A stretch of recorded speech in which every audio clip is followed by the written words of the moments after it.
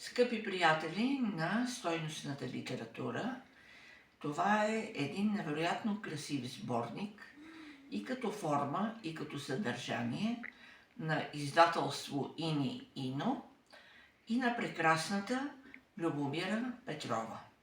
Онзи ден тя ни събра на 14 февруари на едно приятно тържество поетично, на което се снимахме, четохме, говорихме, но по традиция аз правя един клип от мои творби, от тази хубава книга, която виждате в ръцете ми.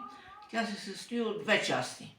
Авторски тефтери "Любов на магия" и авторски тефтери "Еротични разкази или стихове".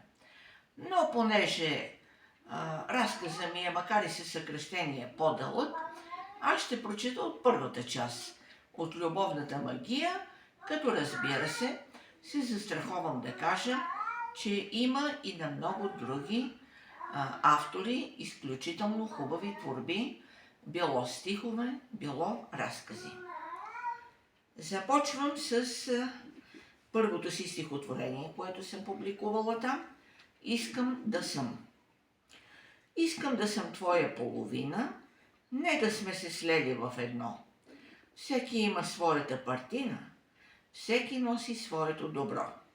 Всеки търси своето начало, всеки има място в света. За да бъдем с теб съвместно цяло, трябва ни и къще свобода. Да сплотят единство в живота могат хармоничните неща. Общите посоки и доколко ни споява просто любовта. Превъплъщения. Сега, разбира се, ще призная доброволно, че това са стихове от по-младите ми години, но дето се казва, любовта е вечна, а поезията за любовната магия също е вечна. По земните следи на вечността, по белите следи на синевата, по пяната на вечната вълна, намира своята следа душата. Тя идва от далечни светове, за да намери точно своя пристан. Превъплатила се от векове, по път окаян и по път обичан, пак ще намери свое рождество. Ако ли мисията й е тука, ако ли не, надземното кълбо, места за нея има и на слука. И ще завърша с ретроспекция.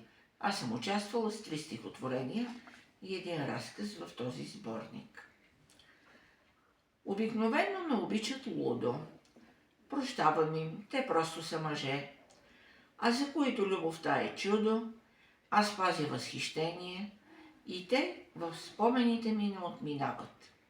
В съдбата на обичана жена. Но за семейство те, уви, не стават и вече са доказали това. Приемам, знам, че любовта е вихър, че тя безумство и живот гребе, но рядко са онези мъжки фигури, които да ги нарека небе. Бог да ги прости, някои са си отишли, но поезията е вечна и тя надживява дори любовното чувство.